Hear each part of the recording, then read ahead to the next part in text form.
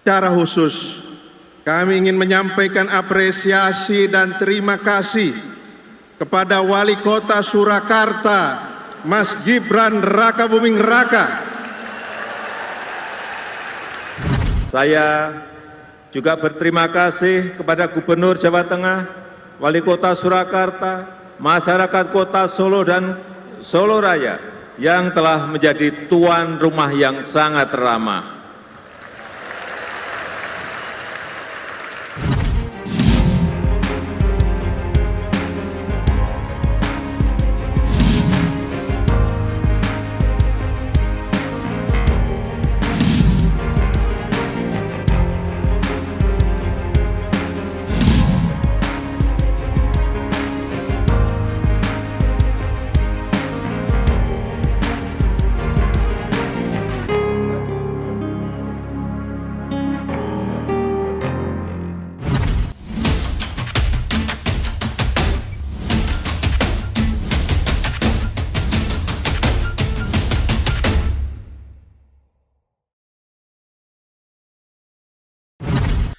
Ya, Assalamualaikum warahmatullahi wabarakatuh. Luar biasa ya.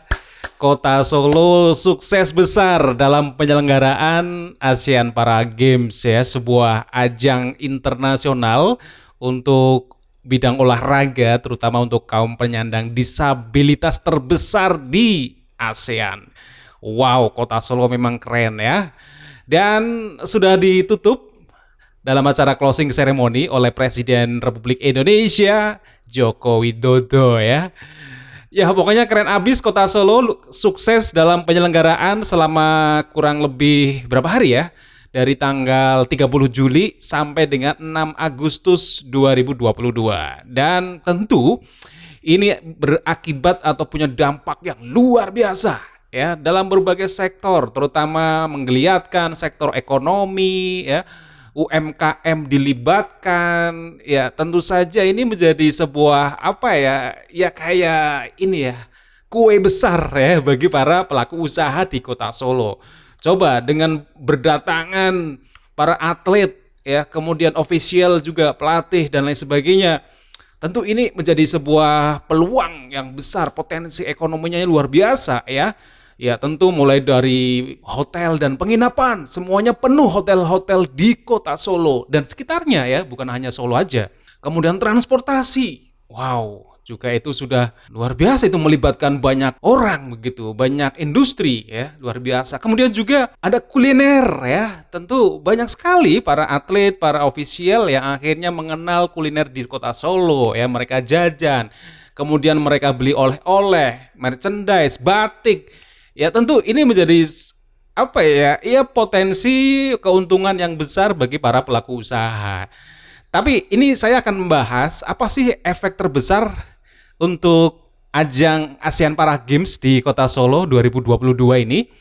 Ya menurut saya ini akan mengangkat nama baik, branding, reputasi yang luar biasa dari sosok Ketua Pelaksana Panitia. Ya ini siapa? Mas Gibran Rakabuming Raka atau Wali Kota Solo. Wow, pasti ini akan akan selalu dikenang, akan selalu diingat-ingat oleh masyarakat ya, oleh para atlet, oleh para penyandang disabilitas, oleh masyarakat Indonesia, masyarakat internasional.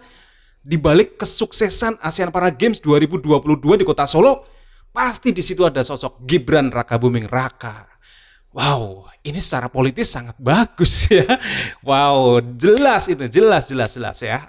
Ya, meskipun kita tahu lah Gibran penerus sang ayah Pak Jokowi ya, pasti kelak bisa menjadi RI 1 mungkin ke depannya. Dan ini menurut saya sebuah awalan yang luar biasa setelah menjadi wali kota Solo yang cukup bagus kinerjanya, membangun branding Kota Solo, membenahi infrastruktur, membangun Kota Solo yang tetap indah, disukai, beautiful, banyak kunjungan, banyak investor, banyak wisatawan berkunjung ke Kota Solo, dan apalagi ditambah kesiapan penyelenggaraan ASEAN Para Games 2022 yang waktunya sangat mepet. Iya, mepet sekali karena Vietnam yang seharusnya menjadi tuan rumah, tapi angkat tangan mereka. nggak sanggup.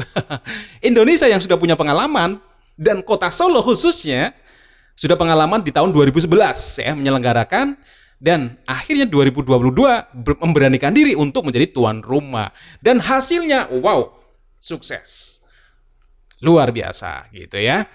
Dan kesuksesan ini ya dampaknya tadi banyak sekali ya.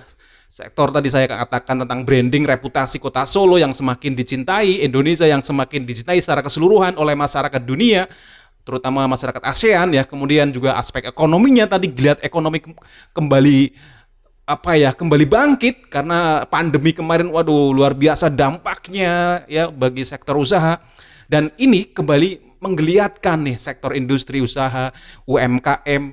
Tentu ini menjadi sebuah potensi yang sangat bagus ya ke depannya begitu dengan ajang ASEAN Para Games ini. Sehingga mereka mengenal nih budaya Solo, kemudian kuliner Solo, kemudian industri-industri yang ada di Solo seperti apa ya, kerajinan-kerajinan di kota Solo yang menjadi ciri khas dari kota-kota lain tentu saja ya.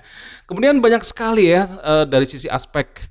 Nah, dari sisi aspek sosial dan pendidikan, bahwa penyandang disabilitas memang harus kita hargai, harus kita hormati gitu. Dan paling penting nih ya, branding kota Solo dan Solo Raya khususnya, Pak Jokowi mengakui menjadi tuan rumah yang ramah terhadap penyandang disabilitas, ramah terhadap kaum difabel. Nah, ini yang penting. Ya, keren ya. Jadi ya kita hidup di dunia, kita hidup di Indonesia memang beraneka, ya, heterogen, tidak homogen, ya. Tadi saya katakan ada mungkin orang-orang normal seperti kita, ya.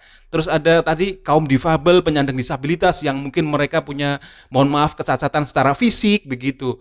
Dan kita hargai mereka perlu diberi kesempatan untuk meraih prestasi begitu ya. Oke, maka tidak salah temanya di ASEAN Para Games adalah striving for equality ya. Bagaimana mereka diberi kesempatan juga untuk untuk setara dengan atlet-atlet yang lain begitu, atlet-atlet normal lain ya. Sehingga mereka bisa terus punya bisa membangun potensi dirinya, bisa berprestasi, bisa membawa nama baik bangsa. Dan memang sekali lagi membangun mindset itu penting juga ya. Bagaimana kita ramah terhadap kaum penyandang disabilitas. Dan kota Solo sudah diakui nih ramah disabilitas. Bukan hanya warganya yang ramah, tetapi juga infrastrukturnya ya, aksesibilitasnya. Ya, misalkan ada penyandang disabilitas naik kursi roda, dia harus bisa mengakses ya ke tempat-tempat area publik ya, dia bisa ke penginapan, mungkin ke hotel, akses ke mall, akses ke pokoknya bisa mengakses semua fasilitas publik. Nah, ini menjadi kota yang ramah disabilitas. Nah, branding itu sangat penting begitu. Bahwa itulah kesetaraan kita terhadap sesama begitu ya. Dan luar biasa juga kota Solo sangat dikenal terutama branding dalam hal penyelenggaraan ASEAN Para Games ya. Mulai dari maskot. Maskotnya wayang Raja Mala. Wah, itu menjadi trending ya. Kemudian juga kemarin dalam opening ceremony luar biasa diangkat tradisi wayang ya. Kemudian juga kalau bangsa wayang itu ya tadi wayang, kelir, tulisan huruf Jawa, Hono Coroko begitu. Termasuk dalam closing ceremony-nya juga identik dengan budaya Jawa. Inilah benar-benar imbasnya itu multidimensi ya. Luar biasa penyelenggaraan ASEAN Para Games meskipun pembiayanya juga besar begitu. Tapi efeknya jauh lebih besar. Nama baik kota Solo, nama baik Jawa Tengah ya. Kemudian nama baik Indonesia, tentu ini menjadi taruhan yang memang harus kita perjuangkan ya. Supaya nama baik terus kita bangun. Dan memang menurut saya ini Mas Gibran ini akan karirnya akan melesat ya, melesat dengan kesuksesan dalam penyelenggaraan ASEAN Para Games. Dan karena Gibran masih muda, dia dekat dengan kaum milenial, dia semakin disukai ya. Kalau kita melihat acara-acara kemarin pas opening ceremony, closing ceremony, itu kan acaranya spektakuler ya.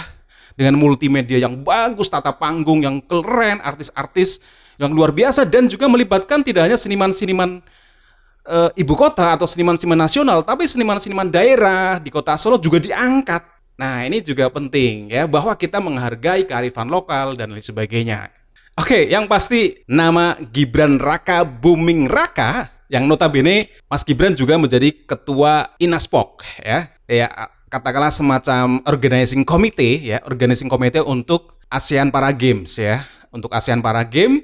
Dan ini menjadi satu keuntungan bagi Mas Gibran ini ya, semakin berkiprah di kancah nasional dan juga di kancah internasional, menunjukkan prestasi, menunjukkan bakatnya menjadi seorang pemimpin.